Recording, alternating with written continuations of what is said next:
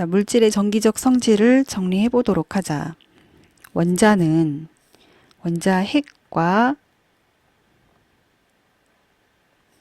전자로 구성이 되어 있지.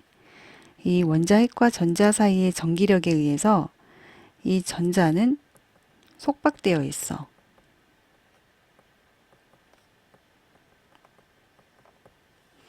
그런데 이러한 속박된 전자가 화학결합에 참여하는 경우에 금속결합과 같이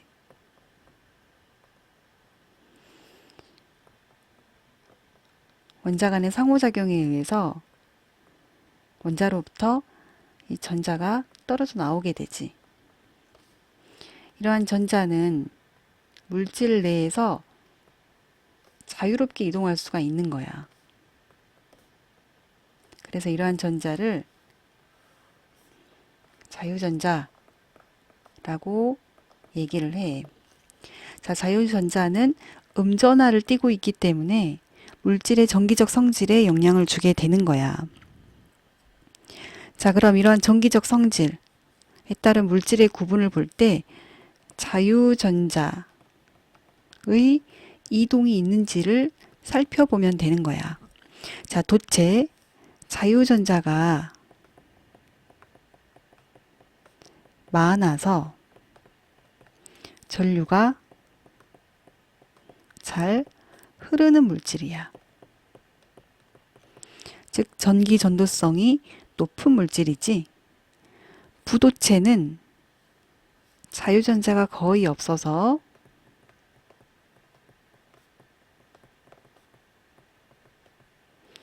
전류가 잘 흐르지 않는다. 즉 전기 전도성이 낮다. 자, 반도체는 전기 전도성이 도체와 부도체의 중간이거든.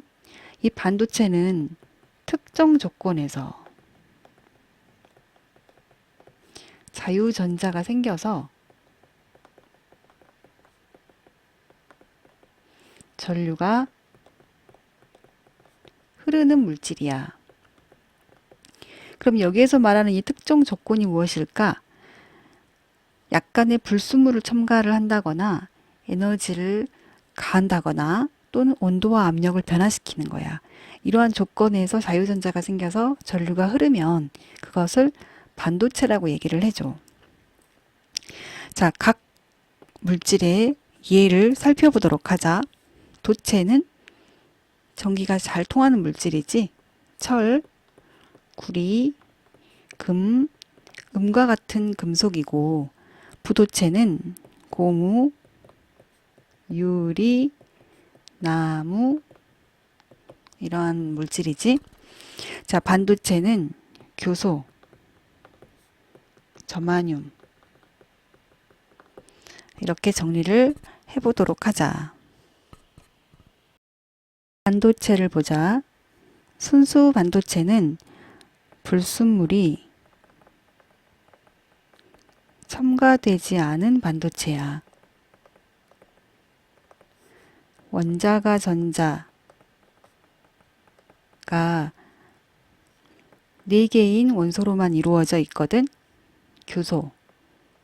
이 교소는 원자가 전자가 4개지. 이 교소는 이웃한 교소와 모두 공유결합을 이루게 돼. 즉 원자가 전자 4개가 모두 공유결합에 참여하고 자유전자가 남지 않기 때문에 전류가 잘 흐르지 않는다는 거야. 그런데 여기에 약간의 불순물을 첨가를 하면 전류가 잘 흐르게 돼. 이것을 도핑한다라고 얘기를 하는 거야. 자, 불순물 반도체를 같이 보자. 불순물에는 크게 2가지가 있는데 먼저 N형 반도체를 볼까? N형 반도체에는 이 교소에 원자가 전자가 5개인 인이라던가 또는 비소 이런 것들을 첨가하는 거야. 자, 인은 원자가 전자가 5개가 있지. 이 중에 4개는 교소와 공유 결합을 하고 전자 1개가 남게 돼. 이때 이 남은 전자가 바로 자유전자가 되는 거야. 그래서 전압을 걸면 이 여분의 전자인 자유전자가 이동을 하면서 전류가 흐르게 되는 거야. 이해가 되니? 이번에는 P형 반도체를 볼게. 교소에 원자가 전자가 3개인 붕소 또는 알루미늄 또는 갈륨 이런 원소를 첨가를 하는 거거든. 그러면 이 붕소가 가진 원자가 전자 3개가 모두 공유 결합을 하고 비어있는 자리 1개가 남게 되지. 이 전자의 빈자리, 그것이 바로 양공이 되는 거야. 자, 이때 전압을 걸게 되면 이 양공 주위의 전자가 이동해서 양공을 채우고 다시 여기 빈자리가 생기겠지. 또 주위에 있는 전자가 이 양공을 채우면서 전류가 흐르게 되는 거야. 전류가 흐른다. 이때는 양공을 채우는 과정에서 전류가 흐르게 된다라는 거야. 이해가 되니? 이러한 불순물 반도체는 반도체 소자로 이용이 되게 돼. 반도체 소자를 같이 보자. 반도체 물질의 전기적 성질을 이용해서 만든 전자 제품에 해당돼. 자, 먼저 다이오드 PN이라고 적어볼까? N형 반도체와 P형 반도체를 결합한 반도체 소자야. 전류를 한 방향으로만 흐르게 하는 제어 성질이 있지. 즉 교류를 직류로 바꿔주는 정류 작용을 하는 거야. 이것은 충전기의 어댑터에 활용이 돼.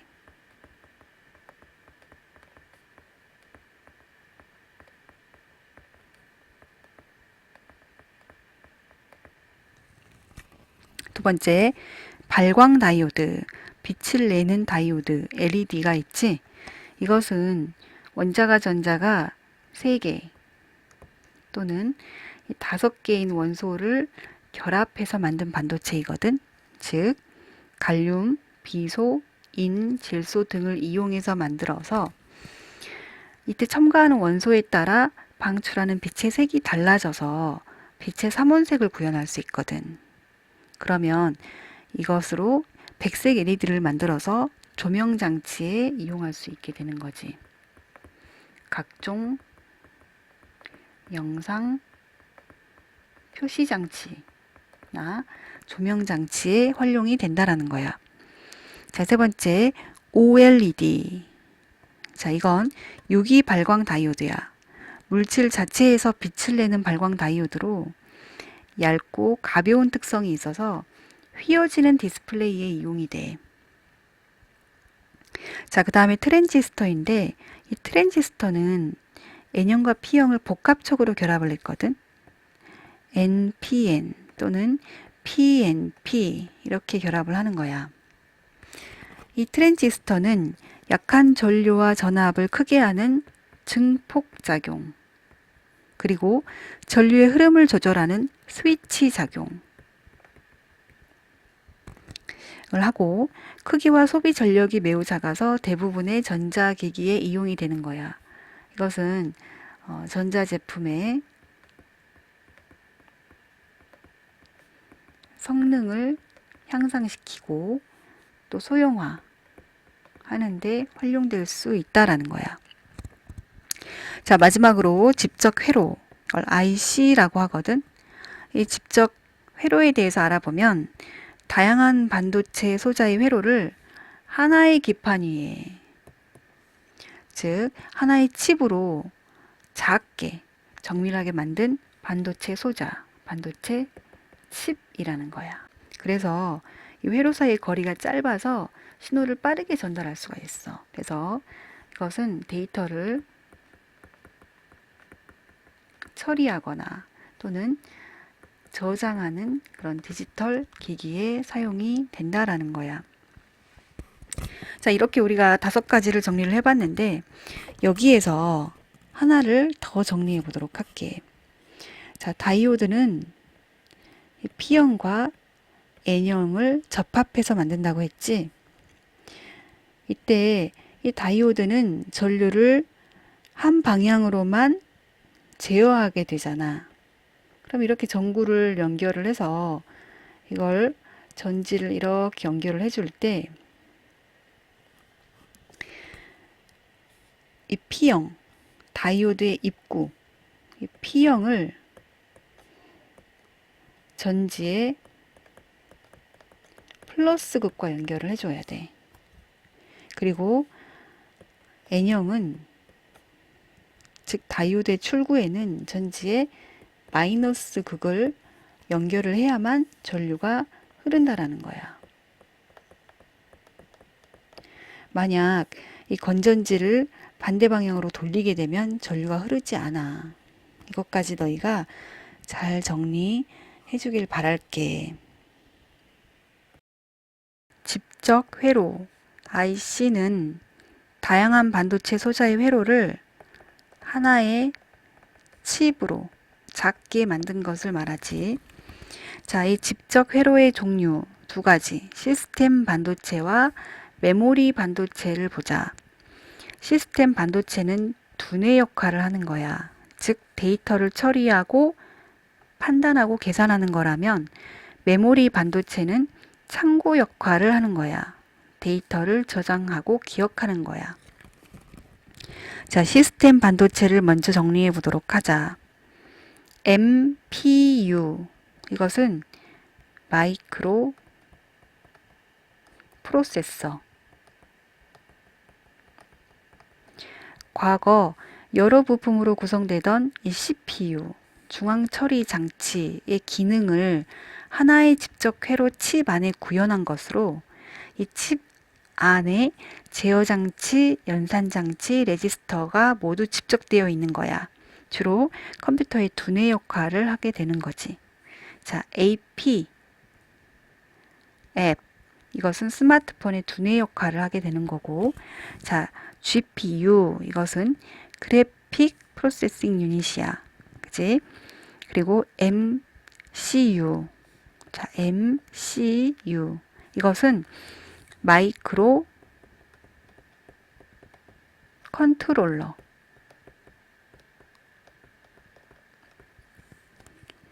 자, 하나의 칩 안에 마이크로 프로세서, 메모리, 입출력 장치 이런 것들을 하나의 칩으로 만들어서 정해진 기능을 수행하는 장치인데,